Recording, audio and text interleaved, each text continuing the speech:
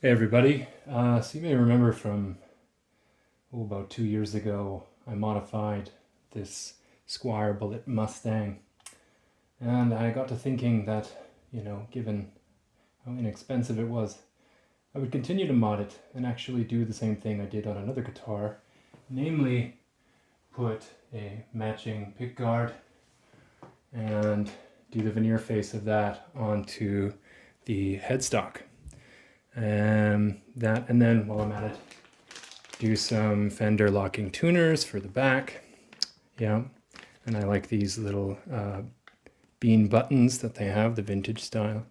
And they're also staggered, so I could get rid of at least one of these string trees, if not two.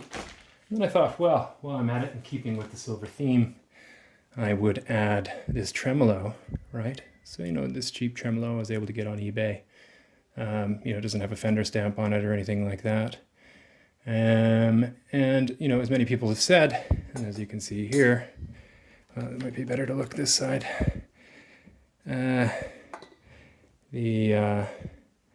would just barely fit, and it would only leave you a little veneer, right?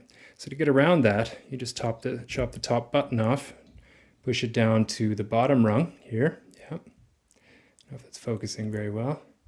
And that chopping this off gives you that extra space that would give you, at least about 8 millimeters. So pretty close to a centimeter thickness left after it's routed out, which is clearly enough. Reinforce it maybe with some super glue, some CA glue, and Bob's your uncle. And then I came across these quite inexpensively, these Fender Enforcer Pickups, which, in keeping with the sort of vintage pickguard, the yellowing has the same yellowed effect on the humbukers. Now these are quite hot. These are 24K, or between 22 and 24. I actually haven't tested them yet, which means they can easily be split. So I'll keep that split there. Put a CTS push-pull pot in there.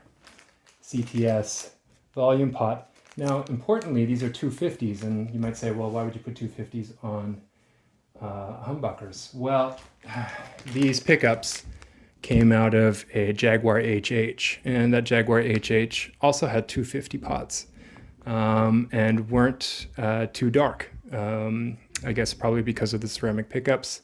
Apparently it cleans up really well as you lower the volume a little bit, and especially when the pickups are split.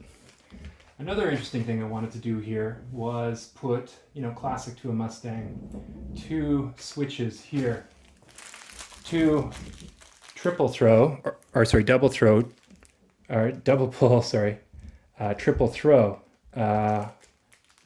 switches here, like all Mustangs have. Put one there. And in the first section, what I would do is I would have an out of phase switch, in the middle, normal, so, parallel. And then on the end, I thought I would add two Schottky diodes, back to front, and have a distortion setting here. And then here, simply because I would like to have some kind of treble bleed, I'll put a treble bleed here, but I'll be able to turn it off in the switch here. And that's especially important because these pickups clean up a lot better just by turning the volume down without the treble bleed, these humbuckers. But on single coils, I would definitely want a treble bleed to when I lower the volume. And then in the middle, it would just be normal. And then again, to the right, I'll put two germanium diodes, two 1 and 3 4As, I think. Anyway, that's going to be one video where I actually try out these different diodes to get an internal distortion signal, a passive distortion signal on the guitar. I'm also going to paint the guitar. So Montana Spray Paint have these, they have these amazing colors. This was probably not going to show up very well, but it's called Seal. So I'm going to do it in a kind of dark blue. I never liked the color of this guitar. I don't like the metal fleck in it.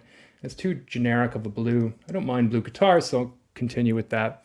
And I'm going to prime it with their plastic primer. Now, a lot of people say that you should, prime it with a lacquer primer, something. But I'm going to try this out, and apparently it works quite well. Now, you have to use the black for guitars for Montana spray paint, as opposed to their white synthetic or their other formulas, just because this is a matte finish.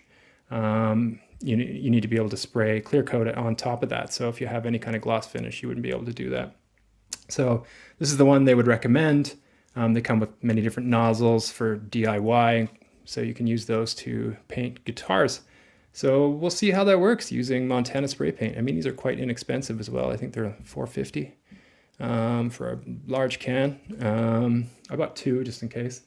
And then the primer, and then I'll 2K clear it, sand it, buff it, do the electronics, put the new pickups in, put that headstock veneer on, and the new tuning heads, and have a pretty diverse guitar with a lot of fundamental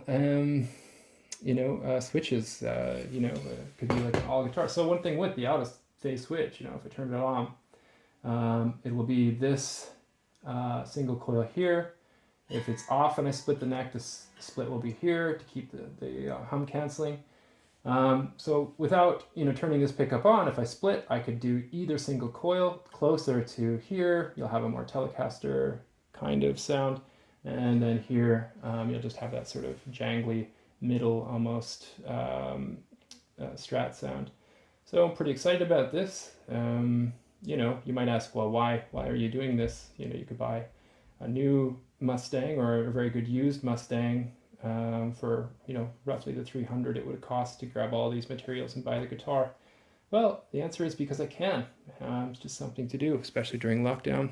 Mod your guitar, have some fun with it. And so that's that. I'll be posting a series of videos on this, and hopefully it'll be of interest to some of you. And if you don't remember, of course, this is a kill switch. Keep that on there. 3-way switch here, right? Which allows me to use these 2 DP-TT, so triple throw switches, to add more variety. Of course, there's already a push-pull here that will split these humbuckers, so that the new Fender Enforcer humbuckers. Okay, thanks for listening, and see you in future videos.